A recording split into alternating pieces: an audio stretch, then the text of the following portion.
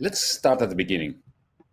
In the last few months, the Grim Reaper, through COVID-19's intervention, almost claimed some members of, the upper echelons of British society. For instance, the British Prime Minister nearly succumbed.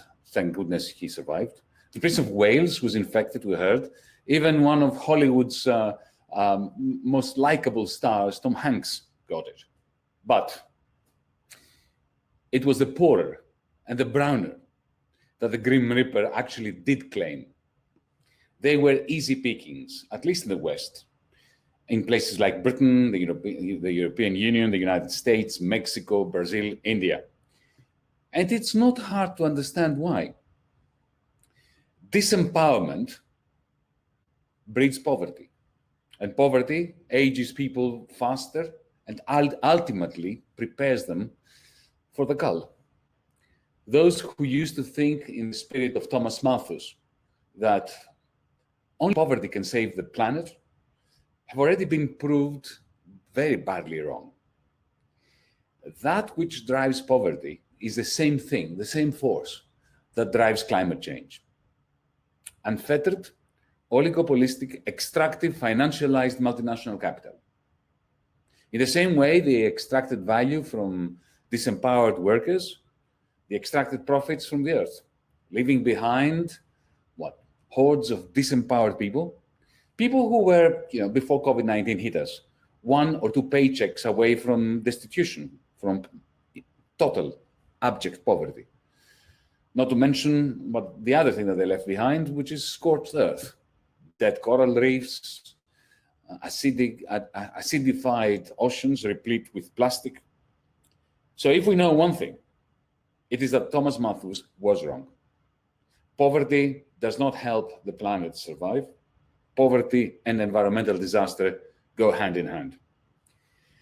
But unfortunately, there is another type of delusion that needs to be exposed. A more recent one that we've experienced during the lockdown, the last couple of months.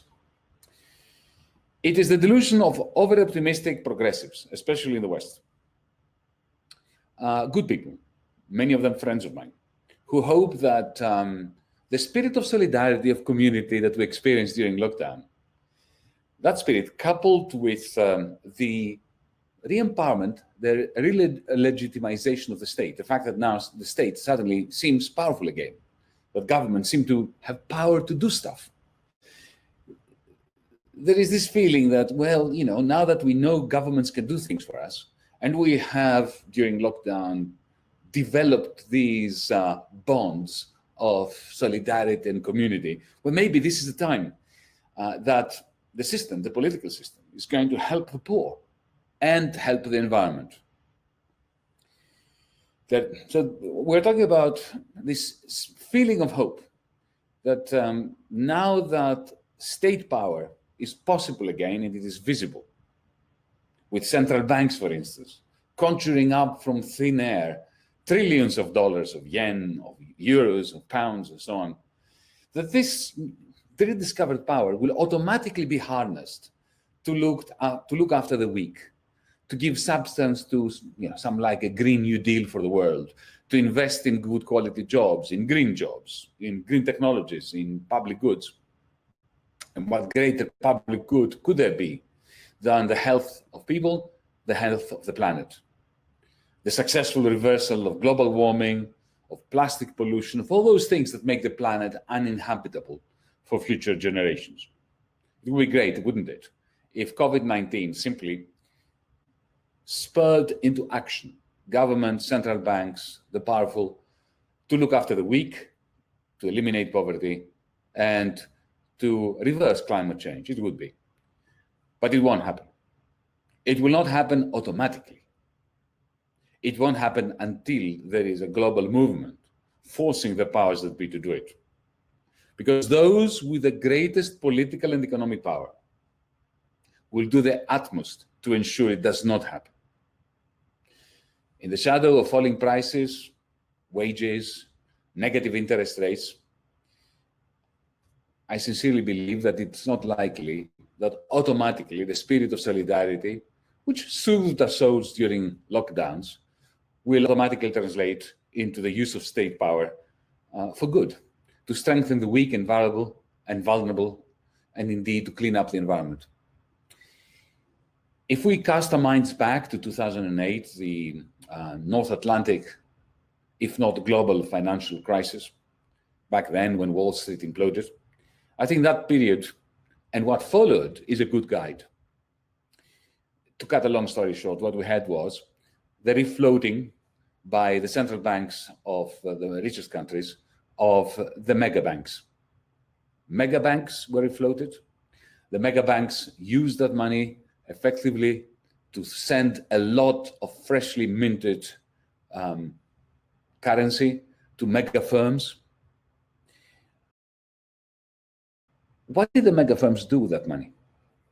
Because this socialism, in inverted commas, only applied to the bankers and to the very, very rich. This state-produced cash did not extend beyond the limits of the oligarchy. The members of the oligarchy, the ultra-rich, the mega firms, could see, they understood, and they were right, that the masses out there, whether they were Greeks or Brits or Americans or wherever they were, they wouldn't have the money to buy their products.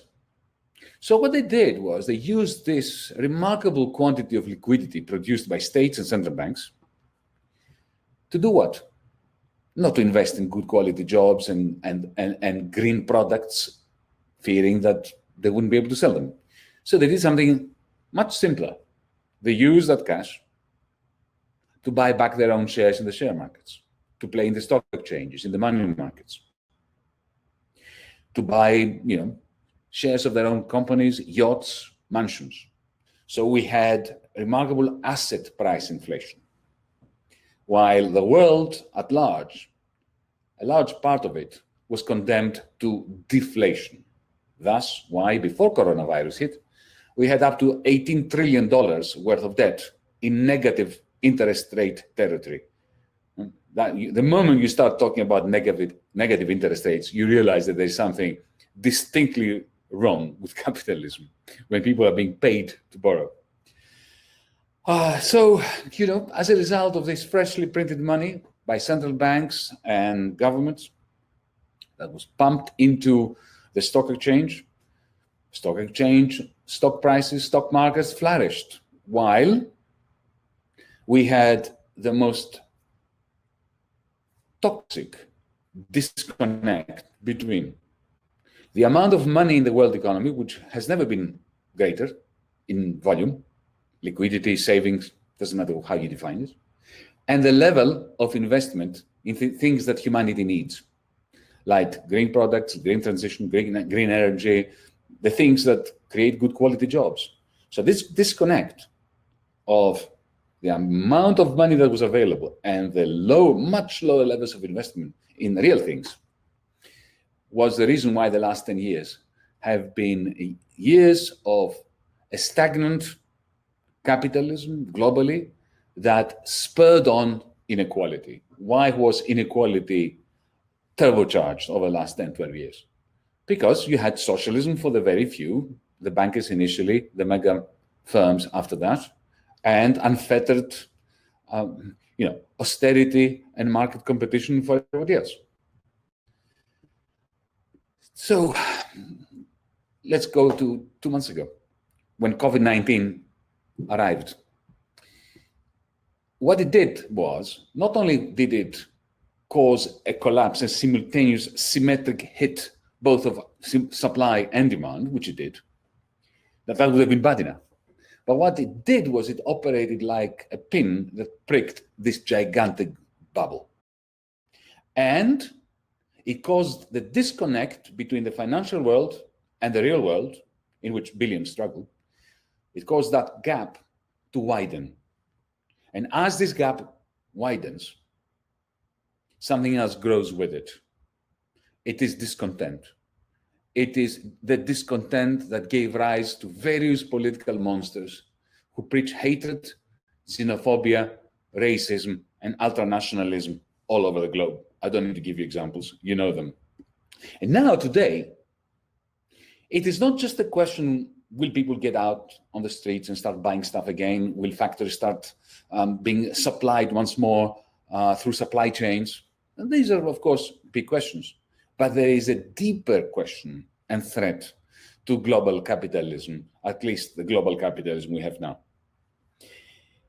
I already explained how the socialism for the very few, the refloating of the financial sector, caused asset prices to rise considerably, stupendously.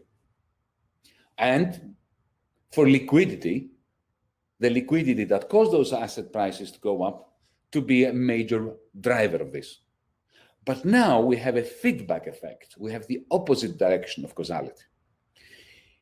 If you look at companies in the European Union, companies in the United States, but in other parts of the world as well, you'll find that many of them are effective zombies. The only reason why they are surviving is because they're getting almost free money to refloat and to roll over their existing debts. So the very low interest rates keep them alive. So this liquidity is necessary to keep a large chunk of global capitalism going.